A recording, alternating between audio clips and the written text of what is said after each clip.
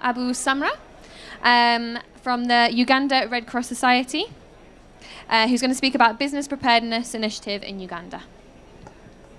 I'll use it. Yeah. Okay, thanks.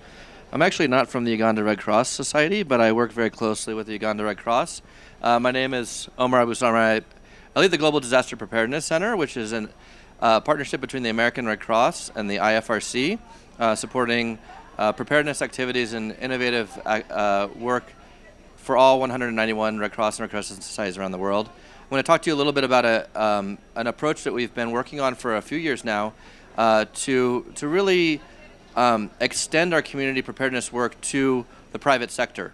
In many regards, the small and medium businesses are the backbone of the economy in countries. And does this work? The reality is that they don't take the time to do any preparedness action.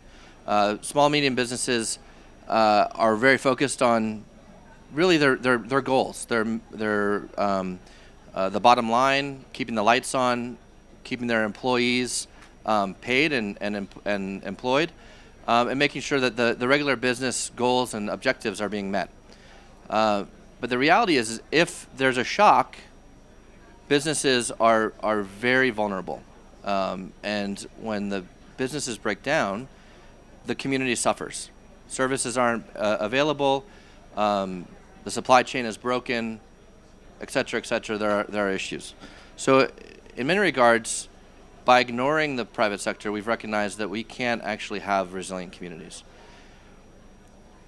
The Red Cross, working with the private sector, is something that's also very new. And we aren't experts in this area, so we've relied on others to help us to really be better.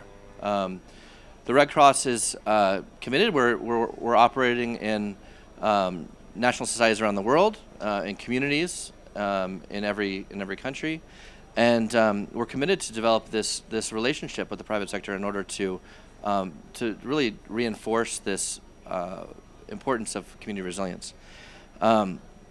We also have a great network of volunteers who have the ability to mobilize, and our grassroots activism and work that we do at the community level is really one of the strengths that we bring to the table. We've seen the importance of having global campaigns like the 1 Billion Coalition for Resilience to show that we are making an overall contribution to the work we're doing, and ultimately that we want to have this connection. So why business preparedness? We want to make an effective program, and like I said before, we're not experts in this space, but we've brought in experts. One of those, Resilient Organizations, has been a key partner for us, and they've really identified 3 things that need to happen in order to have a really effective business preparedness activity. First is the awareness that the program exists, or awareness that a risk is there. And a lot of times the businesses don't have any idea that they have a role in the community, that they're that the importance of the risks or vulnerabilities that they may have from disasters. The second is to really build in that capability so that they understand what are the steps they need to take in order to be prepared. By taking those first 2, it then becomes a continuous improvement process. How do we check in, update, and refine the approach that's being taken in the program? In many regards, this is also a challenge when it comes to businesses who don't have a lot of time. Like I said before, they're focused on keeping the lights on. They're focused on making payroll for their employees.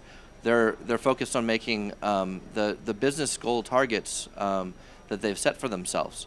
So they don't have a lot of time to sit in a lot of workshops and a lot of train the trainers, training activities. They don't want to spend a lot of time doing paperwork that they already have to do. So what kind of approaches can we take?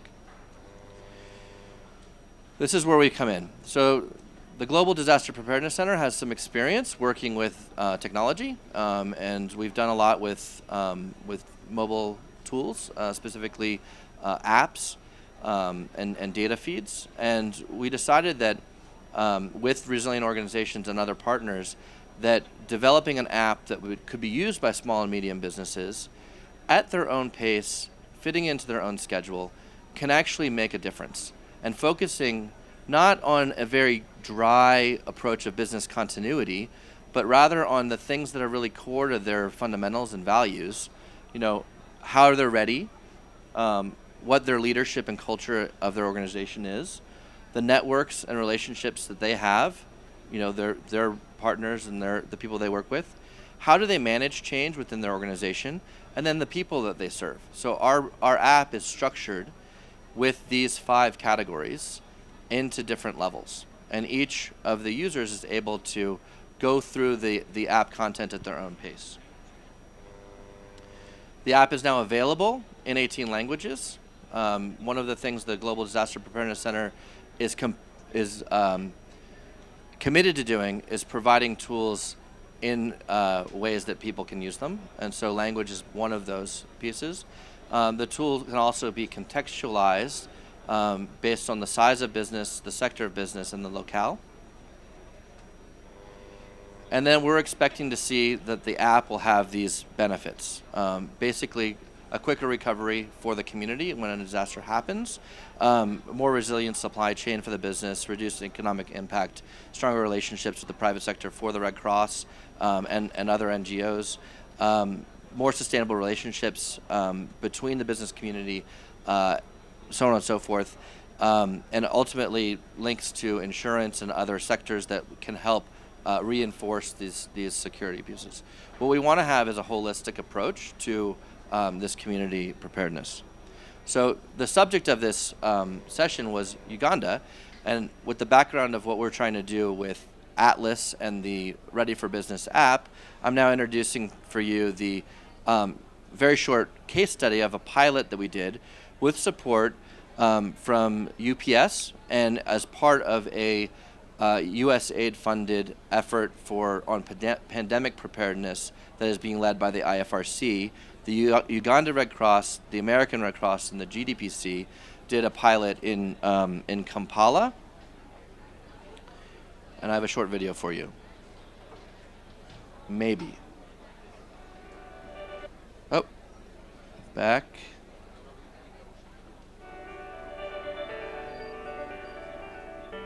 Is there sound?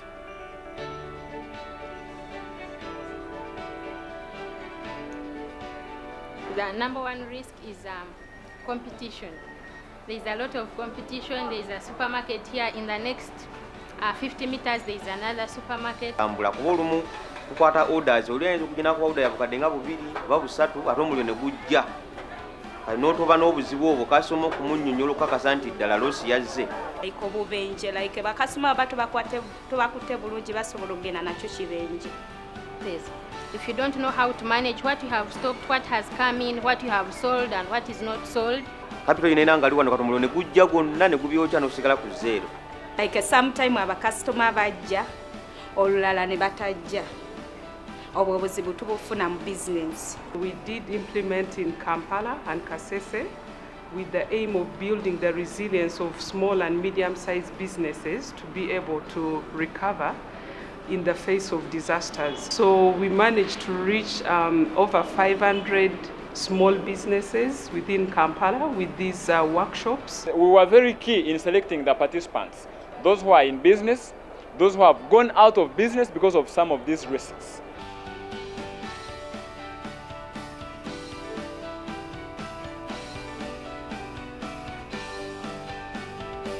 Abalodi Cross bajja ng'akabenje k'omuliro ako kazze ne tubannyonnyola ne bamanya obuzibu ku bwava ne batusomesa engeri gye tuyinza okuvunukamu ebimu ku bizibu ebyo singa bibanga bikomyewo ne bansomesa ne baŋŋamba omuliro guyinza okukwata mu bizinensi oba nabo bubenje. When there's political turmoil like in the city here, people will either cross their shops, but if they don't cross their shops can be looted, but the measures that the BPI was bringing on board, where you can even monitor your business risk management using the app, it is far, far different from how we were handling it. We would teach them how to develop the business preparedness plans, and then using the Atlas, which is an app that was developed to assist them to go through the steps for developing a plan, we would take them through and give them practical assistance to use that app to develop individual plans, contingency plans. Lwaba njagala app eya kiraasi eyo nsobole okuyambibwa singa kiba nga kikomyewo ekyaddenja w'omuliro oyo. So even before I bring an insurance company to an individual, they are already monitoring their businesses, how they are working out.